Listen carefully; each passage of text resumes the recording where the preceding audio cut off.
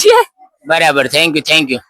અને આપણી પાસે બીજા પણ મહિલા નેતા છે બેનશ્રી. શું તમે યોજના વિચારી છે શાળા માટે? હજુ પણ કઈ નહીં વિચાર્યું, હમણાં જ વિચારવાનું થોડી વારમાં. તો તમે વિચાર્યા પહેલા હું આવી ગઈ એવું થયું? તો તમે જીતશો તો શું કરશો? સર ખુશી થશે. ખુશી થશે, બરાબર ને? તો તમને તો ખુશી થાય, બીજાને શું થાય છે? બીજાને શું લાભ થાય છે? दुखी। आदेश चलाना है तो अफसर बनिए, दफ्तर को चलाना है तो कर्मचारी बनिए, अगर दुनिया बदलने का जुनून है तुम में तो एक काम कीजिए, नेता बनिए। नमस्कार, आपने थતું હશે કે શાળામાં આવડી સરગર્સાનું છે. મિત્રો, મારું હંમેશા માનવું રહ્યું છે કે દેશને મહાન બનાવવા બનાવટી નહીં પણ બનેલા નેતા જોઈએ, પેરેશૂટ નહીં પણ પ્રેક્ટિસ લીડર જોઈએ. હું હંમેશા ઈચ્છું છું કે વર્ગમાં એક બાળક એવો પણ હોય કે તે કહે કે સાહેબ મારે લીડર બનવું છે. નાનપણથી નેતૃત્વ શક્તિ જો કેળવાય તો એ બાળક ડાઉન ટુ અર્થ રહી દેશના સપનાઓને પરિપૂર્ણ કરે. એના માટેનો એક નાનકડો પ્રયત્ન એટલે શિવનગર પ્રાથમિક શાળા પંચાયત ચૂંટણી 2026. તો જોઈએ ચૂંટણી પ્રચારના પડઘમ.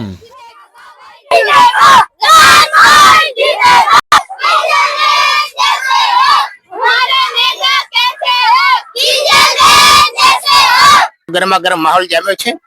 શાળા પંચાયત વિદ્યાર્થી પ્રમુખની ચૂંટણી છે ને મારી સામે બે ઉમેદવાર ઉભા છે, કૃષ્ણાબેન જયપાલ અને વૈશાલીબેન રાઠોડ. તો કૃષ્ણાબેન, જો તમે જીતશો તો શાળામાં શું કામગીરી કરશો? વાદ મન કરાવશો, કોઈ ઝઘડતો હશે તો સમજાવશો.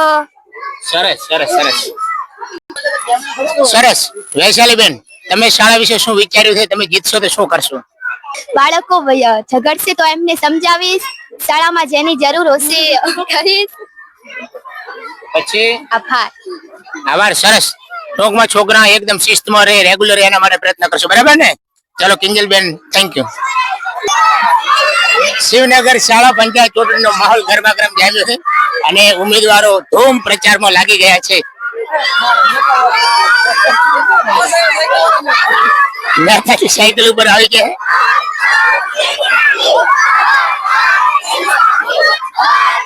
વંશકુમાર આપણી વચ્ચે છે, તો વંશભાઈ ને પૂછીએ કે એમણે શું પ્લાન વિચાર્યો છે શાળા માટે. વંશકુમાર, જો તમે જીતશો તો શાળા માટે શું કરશો? પહેલા તો સ્વચ્છ કરીશ શાળા અને સૌને રમવા માટે વસ્તુઓની સૌ મગાવીશ. બરાબર. શાળામાં મેદાન થોડી હજુ વ્યવસ્થા નથી થઈ તો એના માટે સાહેબની વિનંતી કરશો. હા, જાળીઓ, બેટ ને બધું મંગાવવાની ઈચ્છા છે જો પ્રમુખ બની જાવ તો. શાળામાં કઈ કઈ રમતોને પ્રોત્સાહન આપશો તમે? વોલીબોલ, કબડ્ડી, જેટલી રમત આવે આઉટડોર ઇન્ડોર્સ બધી બનાવવાની છે.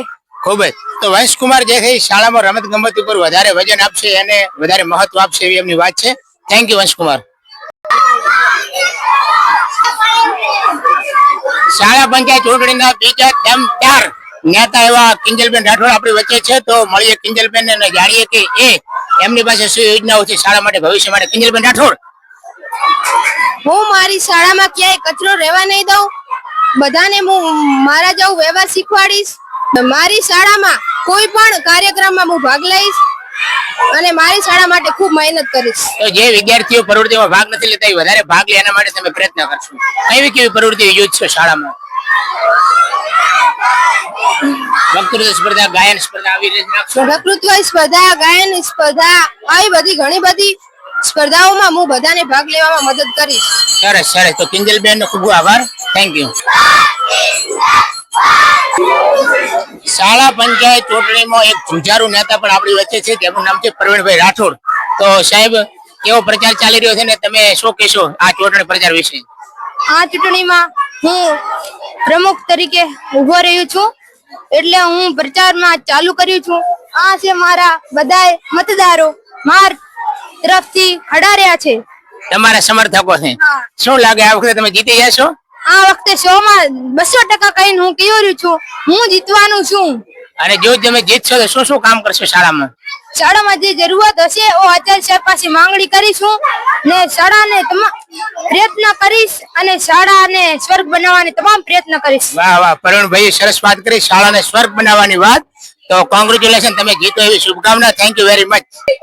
ઇલેક્શનમાં બે જુજારુ મહિલા નેતાઓ આપણી વચ્ચે છે, ધારવીબેન. તો ધારવીબેને પૂછીએ કે પોતે શું વિચાર્યું છે શાળા માટે ને કેવા સપનો લઈને આવ્યા. ધારવીબેન.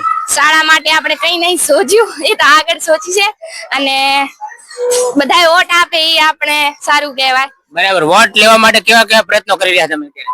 કાગળ બનાયા છે અને હવે આપણે બધાને રૂમમાં જઈને કહીએ.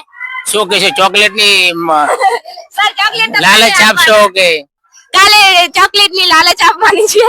બરાબર. Thank you. અને આપણી પાસે બીજા પણ મહિલા નેતા છે.